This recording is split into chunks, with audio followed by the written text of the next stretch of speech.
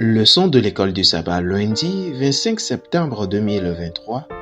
Nous sommes sauvés pour former une communauté.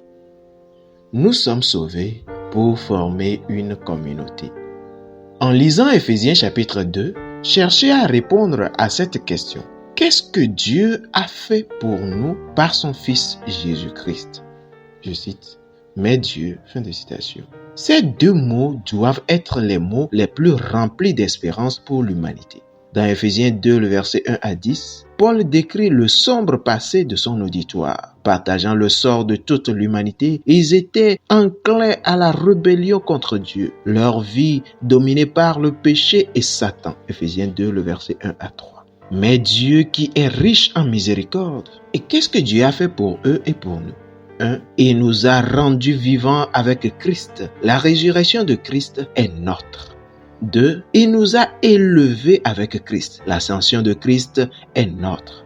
3. Au ciel, il nous a fait asseoir avec Christ. L'intronisation de Christ est nôtre. Éphésiens 2, le verset 4 à 7.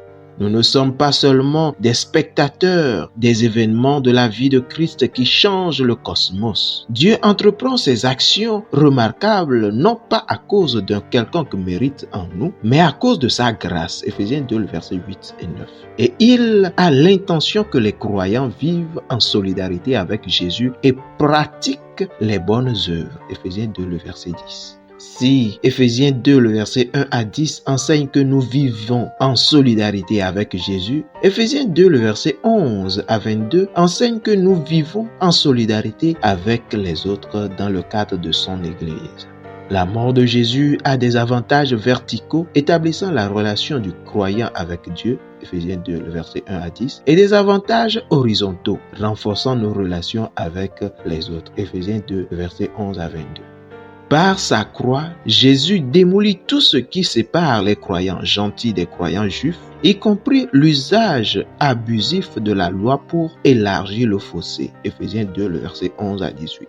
Jésus construit aussi quelque chose, un nouveau temple merveilleux composé de croyants. Les gentils, autrefois exclus du culte dans les lieux sacrés du temple, se joignent maintenant aux croyants juifs pour adorer. Nous aussi, nous devenons une partie de l'Église de Dieu, un temple saint dans le Seigneur. Éphésiens 2, le verset 19 à 22. Par la grâce de Dieu, nous avons le privilège de vivre ce jour en solidarité avec Jésus et nos frères et sœurs. Éphésiens 2, le verset 8 à 10 a joué un grand rôle dans la conversion de beaucoup. Martin Luther a trouvé dans ces versets une grâce qui a gagné son cœur et il a également découvert quelques affirmations centrales de la réforme. Le salut vient par la foi seule, par la grâce seule, par Christ seul et à la gloire de Dieu seul.